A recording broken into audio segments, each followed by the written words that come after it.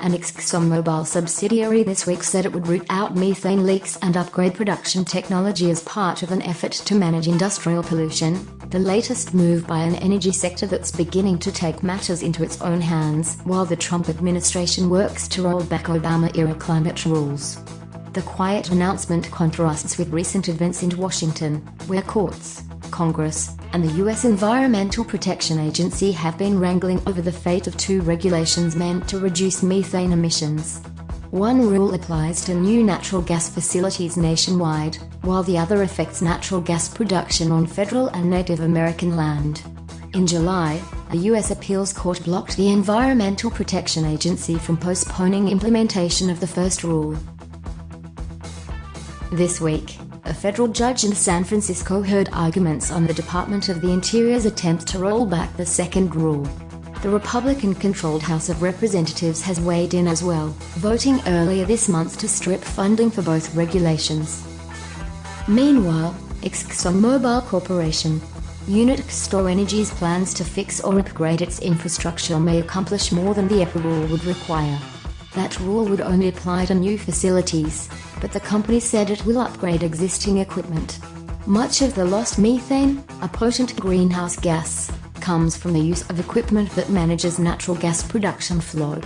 Venting such gas into the air is one way of balancing the system, but the downside is that methane has been 28 times more powerful than carbon dioxide in causing global warming over the past century. Exxon said it will phase out the use of so-called high-bleed pneumatic devices within 3 years, replacing them with versions that run on compressed air. Exxon Energy's move didn't come out of the blue. ExxonMobil worked earlier this year with the National Oceanic and Atmospheric Administration to test airborne methane sensing. The company has also participated in testing with the University of Texas, Stanford University, Harvard University, and the Environmental Defense Fund. Oil companies have attended to options beyond pneumatic devices and leaky pipes. In the run-up to the December 2015 Paris Agreement, 6 leading European oil and gas majors advocated for climate pollution pricing as a way to reduce emissions economy-wide. Industry critics have pointed out for many years that lost gas from U.S. public lands means lower revenue for the federal government. Reducing losses is a win for business, taxpayers, and the climate, or so the thinking goes. With or without Obama-era rules, the federal government isn't the only game in town. Mark Brownstein, Vice President for Climate and Energy at the Environmental Defense Fund, said that despite the anti-regulatory tone in Washington, state governments are beginning to enforce their own rules. In Colorado, he noted that natural gas pollution regulations have been in place for 2 years, with little fanfare.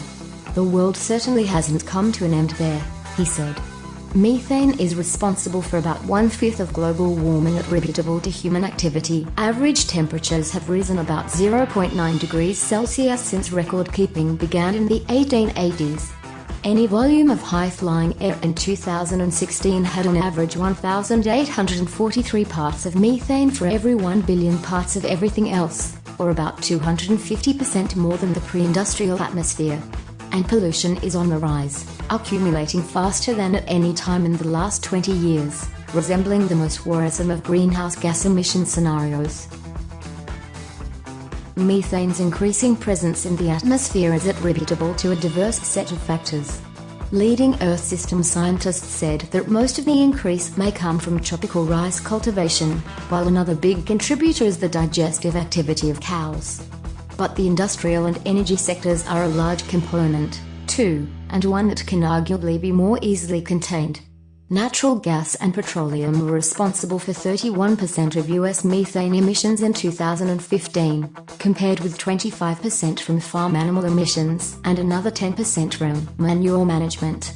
But while the sector most associated with climate pollution has slowly begun to address its role in global warming, there is still be a long way to go, the ExxonMobil unit statement, while touting its planned reduction in methane emissions, doesn't use the words climate or warming in doing so.